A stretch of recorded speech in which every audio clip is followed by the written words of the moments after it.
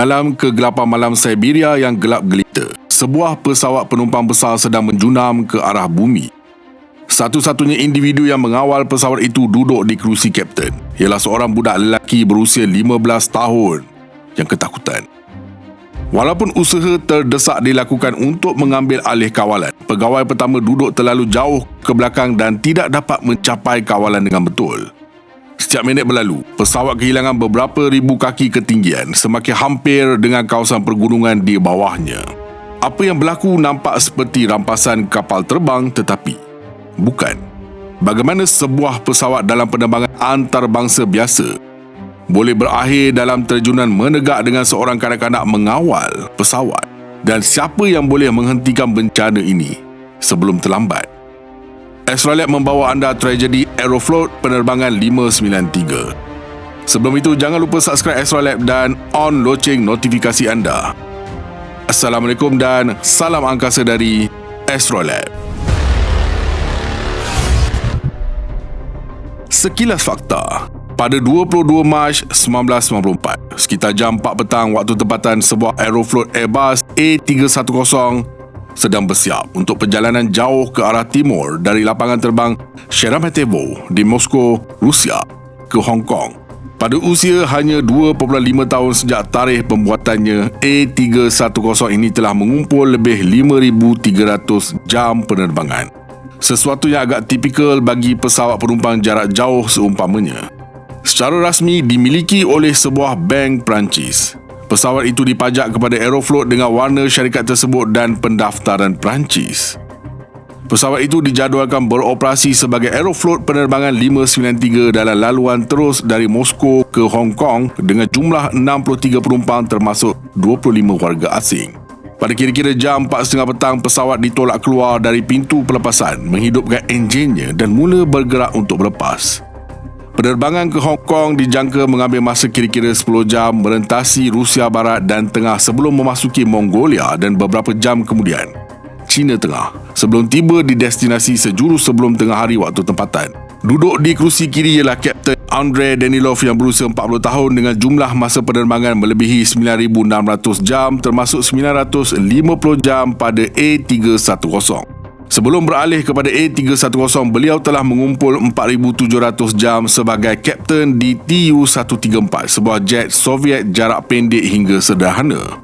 Menemani Kapten Danilov di kerusi kanan ialah pegawai pertama berusia 33 tahun, Igor Piskar, dengan jumlah masa penerbangan melebihi 5,800 jam. Beliau mempunyai lebih 3,100 jam masa penerbangan sebagai kapten juga di Tu-134. Terdapat seorang lagi kru dalam penerbangan ini, Kapten Yaroslav Kadrinsky. Sebagai juruterbang bantuan dalam penerbangan 593, tugasnya adalah menggantikan 2 juruterbang lain semasa bahagian pelayaran penerbangan supaya mereka boleh bergilir-gilir rehat sebelum mendarat di Hong Kong. Pada usia 39 tahun, Kadrinsky mempunyai lebih 8,900 jam masa penerbangan dengan 900 jam sebagai kapten di A310. Sebelum memulakan latihannya di Airbus, beliau pernah menerbangkan pelbagai pesawat Soviet termasuk IL-76, sebuah pesawat pengangkut kategori besar. Disebabkan jenis pesawat ini masih baru bagi syarikat tersebut, ketiga-tiga juruterbang hanya menerbangkan A310 kurang daripada 2 tahun. Kru penerbangan dan seluruh syarikat penerbangan itu juga masih baru dengan pesawat ini serta pesawat buatan barat secara umum, terutamanya sistem avionik moden yang canggih. Selepas pergerakan singkat dengan 3 juruterbang di hadapan dan 9 pramugari menjaga penumpang dalam kabin yang membawa keseluruhan 75 orang, Aeroflot Airbus A310 berbaris di landasan bersedia untuk berlepas. Kru penerbangan menggunakan kuasa penuh dan beberapa saat kemudian pesawat itu pun terbang ke udara sambil membelok ke arah timur. Dengan muatan hanya bersamaan suku daripada kapasiti maksimum, Airbus itu melonjak ke langit dan mencapai altitude pelayaran awal dalam masa 12 minit. Dalam tempoh 30 minit selepas berlepas, penerbangan 593 telah stabil pada ketinggian 33,100 kaki atau 10,100 meter, sepenuhnya berada di laluan timurnya. Ketika pramugari selesai menghidangkan makan malam kepada semua penumpang, malam pun tiba dan dengan baki 9 jam lagi penerbangan, kebanyakan penumpang berehat di tempat duduk masing-masing untuk perjalanan malam yang panjang. Ramalan cuaca menjangkakan perjalanan yang tenang dan lancar sehingga ke Hong Kong dan tiada sebab untuk berasa bimbang.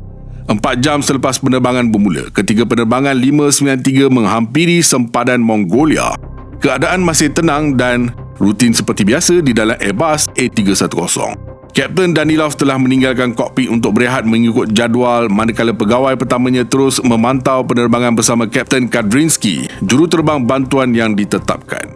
Namun pada ketika ini, kedua-dua juruterbang itu tidak bersendirian di kokpit. Mereka ditemani seorang lagi juruterbang Aeroflot yang menaiki penerbangan itu sebagai penumpang serta 2 orang remaja. Mungkin niat cuma nak memberi pengalaman luar biasa kepada anaknya. Kapten Kadrinsky membawa anak lelakinya dan anak perempuannya LR dan Jana bersama dalam perjalanan ke Hong Kong dan menjemput mereka ke kokpit untuk melawat. Membenarkan orang luar berada di dalam kokpit sendiri sudah merupakan pelanggaran peraturan yang tak boleh dimaafkan sama sekali. Kokpit yang direka hanya untuk beberapa kru kini dipenuhi 5 orang termasuk 2 kanak-kanak. Tetapi apa yang berlaku seterusnya membawa situasi itu ke tahap yang sama sekali baharu. Beberapa minit kemudian, Kapten bangun dan menjemput anak perempuannya, Jana, mengambil tempatnya di kerusi kiri. Mahukan anaknya merasa seperti benar-benar menerbangkan pesawat, Kapten membuat perubahan pada mod kawalan autopilot dan kemudian menyuruh Jana memegang yoke. Yoke merujuk kepada alat kawalan pesawat. Kapten menukar daripada mod navigasi yang mengekalkan pesawat di laluan asalnya kepada mod heading. Dengan melakukan ini, beliau dapat mengarahkan autopilot membelokkan pesawat perlahan-lahan ke kiri, mewujudkan perasaan bahawa tangan Jana pada yoke sedang mengawal belokan itu. Untuk seketika, Jana percaya dia sedang menerbangkan pesawat itu sendiri walaupun hakikatnya autopilot masih mengawal sepenuhnya. Dengan Jana masih memegang yoke, Kadrinsky kemudian mengarahkan pesawat membelok semula ke kanan. Setelah pesawat kembali ke laluan asal yang diprogramkan, beliau mengaktifkan semula mod navigasi dan penerbangan 593 kembali ke laluan seolah-olah tiada apa yang berlaku. Tidak lama kemudian, anak-anak itu bertukar tempat dan anak lelaki Kapten Elda duduk di kerusi kiri. Ayahnya mengulangi manuver yang sama mengarahkan autopilot membuat belokan kira-kira 15 darjah ke kiri sebelum kembali ke kanan. Kali ini, bagaimanapun, keadaan tidak berjalan semudah sebelumnya. Anaknya berkata, "Boleh saya pusingkan yoke sendiri?" "Ya, cuma tengok arah awak pergi. Kita sedang membelok ke kiri, jadi pusingkan yoke ke kiri." Kerana ingin tahu bagaimana rasanya menerbangkan pesawat, LR bertanya kepada ayahnya sama ada dia boleh menggerakkan yoke. Mengetahui autopilot masih aktif dan tidak menganggapnya sebagai masalah, Kadrinsky tidak membantah ketika beliau menetapkan semula heading ke laluan pintasan dan mengaktifkan semula mod navigasi. Kapten berpaling untuk bercakap dengan anak perempuannya mengalihkan fokus daripada memantau instrumen penerbangan. Sementara itu, pesawat melepasi laluan pelan penerbangan dan terus membelok ke kanan. Tetapi ada sesuatu yang tidak kena dan tiada siapa menyedarinya lagi. Ketika LR yang tidak sedar apa-apa terus menolak kontrol kolom ke kanan. Rintangan terhadap autopilot itu menyebabkan sistem automasi pesawat mengaktifkan fungsi override. Direka untuk mengutamakan input juruterbang dalam situasi kecemasan. Fungsi itu memutuskan autopilot daripada aileron tanpa mematikannya sepenuhnya. Ciri ini bertujuan memberi peluang kepada juruterbang untuk mengambil alih dengan cepat jika diperlukan. Disebabkan fungsi autopilot lain seperti kawalan altitude masih aktif, tiada amaran visual atau bunyi yang memaklumkan kru tentang keadaan override tersebut. Terganggu dengan kehadiran pelawat mereka, juruterbang tidak segera menyedari sesuatu yang luar biasa. Sebaliknya, memberi perhatian kepada perkara lain yang tidak berkaitan dengan penerbangan seperti merakam anak-anak menggunakan tape recorder. Sementara itu, LR memusingkan yoke lebih jauh ke kanan secara perlahan tetapi berterusan meningkatkan sudut kecondongan pesawat melebihi 20 darjah. Walaupun semuanya kelihatan normal ketika itu, situasi senyap antara manusia dan mesin sedang berlaku. "Kenapa ia membelok? Adakah ia membelok sendiri?" Ya, dengan kedua-dua juruterbang tidak memberi perhatian sepenuhnya kepada instrumen pesawat, anak kaptenlah yang pertama menyedari ada sesuatu yang tidak kena. Dia sedar pesawat terus membelok tetapi tidak tahu bahawa dirinya sendiri ialah puncanya. Selepas beberapa saat berbincang sesama sendiri, salah seorang juruterbang mencadangkan bahawa pesawat sedang memasuki corak hole dan 2 yang lain bersetuju. Hole yang mewakili corak penerbangan berbentuk lita lumba ialah prosedur biasa apabila pesawat tidak dapat meneruskan laluan asal dan sebaliknya perlu kekal di kawasan semasa. Ia melibatkan penerbangan di atas lokasi tertentu dan biasanya, tetapi tidak semestinya, diarahkan oleh kawalan trafik udara. Namun penerbangan 593 tidak menerima arahan sedemikian dan tiada perubahan dibuat pada sistem pengurusan penerbangan untuk mengaktifkan prosedur Hole kepada ketiga-tiga juruterbang. Sementara itu, sudut kecondongan pesawat ke kanan terus meningkat. Dengan itu, daya angkat yang dihasilkan sayap mula berkurang perlahan-lahan dan sudut serangan yang lebih tinggi diperlukan untuk mengekalkan altitude. Sebagai tindak balas terhadap perubahan keadaan, autopilot menaikkan hidung pesawat. Ketika semua orang di kokpit bertengkar tentang kenapa pesawat terus membelok sendiri. Sudut kecondongan melepasi 45 darjah, jauh melebihi had yang disyorkan iaitu 30 darjah. Pada masa yang sama, autopilot telah mencapai had pergerakan kawalan penerbangannya dan tidak lagi mampu mengekalkan altitude yang dipilih. Tanpa disedari sesiapa di kokpit, penerbangan 593 mula menurun ke arah bumi. Beberapa saat kemudian pesawat condong lebih 50 darjah ke kanan dan masih dengan muncung terangkat. Menghampiri sudut serangan kritikalnya, iaitu sudut antara sayap dan aliran udara masuk di mana daya angkat tidak lagi mencukupi untuk mengekalkan penerbangan mendatar.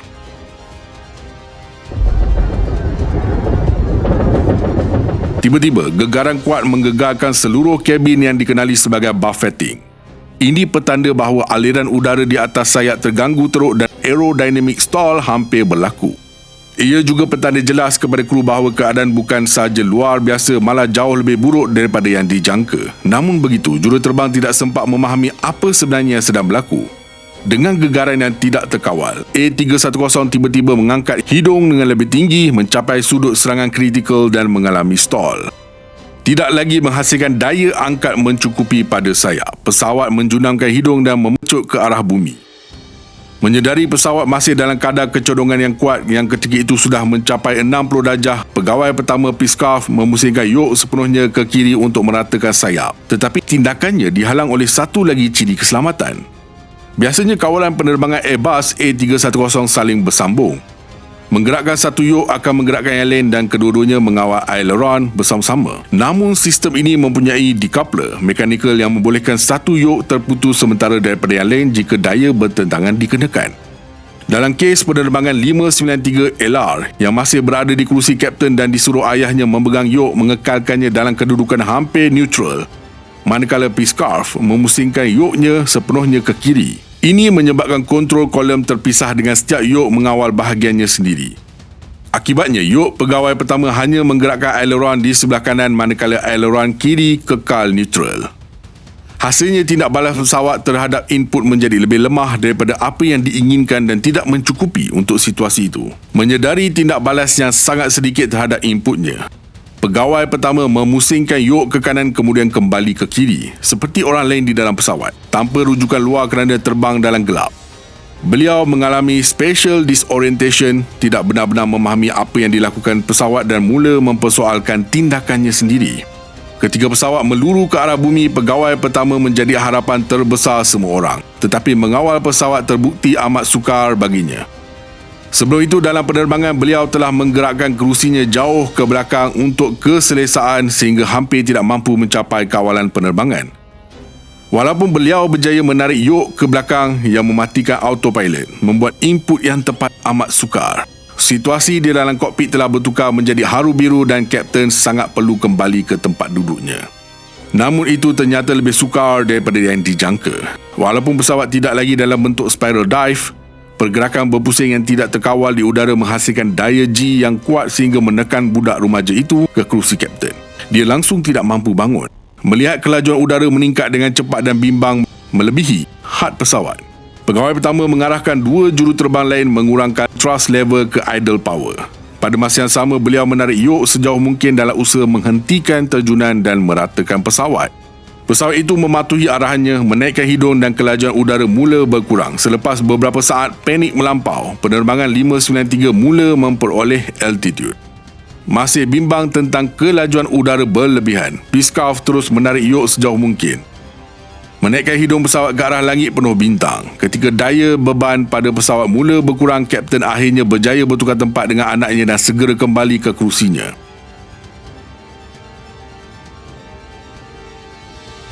Nampaknya detik paling buruk malam itu sudah berlalu dan mereka hampir berjaya pulih sepenuhnya dengan selamat.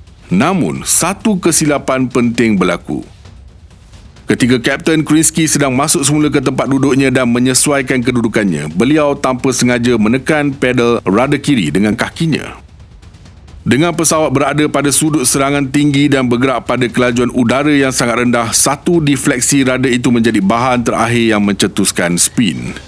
Satu manuver berbahaya yang kadang-kala boleh menjadi tidak terkawal tanpa peluang pemulihan. Berpusing sehingga terbalik sepenuhnya. Pesawat sekali lagi menjunamkan hidung dan meluru ke arah bumi sambil berpusing ganas di udara. Juruterbang menarik yok sepenuh tenaga dengan harapan memperlahankan pesawat dan memulihkan terjunan.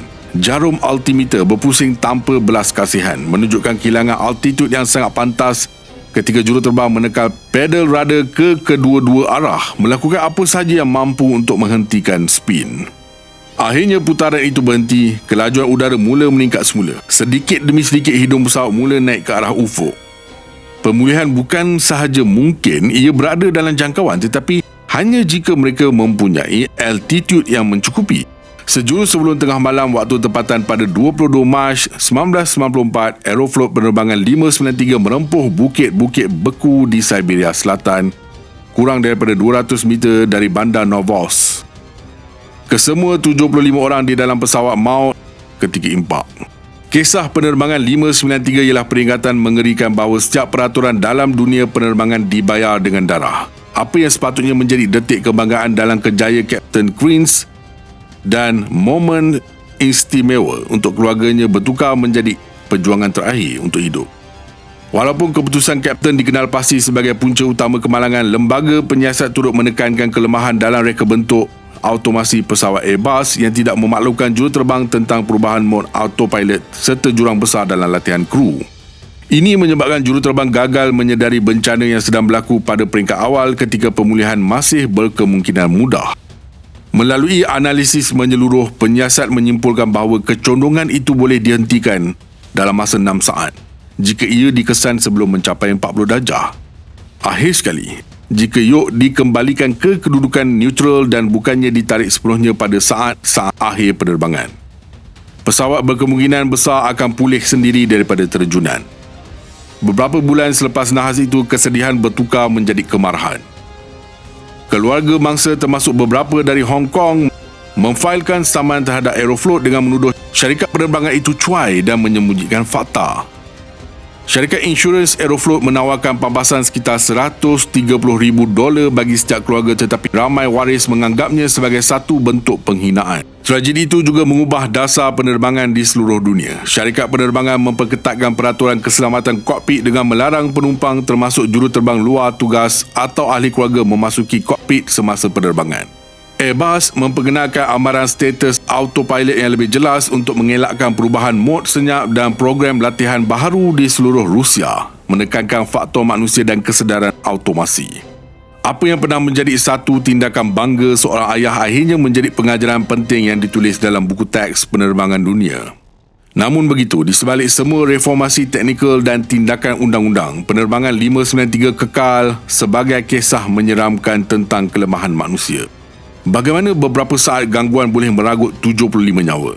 Ia mengingatkan kita bahawa teknologi mungkin memandu langit, tetapi kepercayaan, disiplin dan kerendahan hati masih memastikan kita kekal di atas awan. Berikan pendapat anda, jangan lupa like, komen, share dan subscribe. Astrolab signing off from space.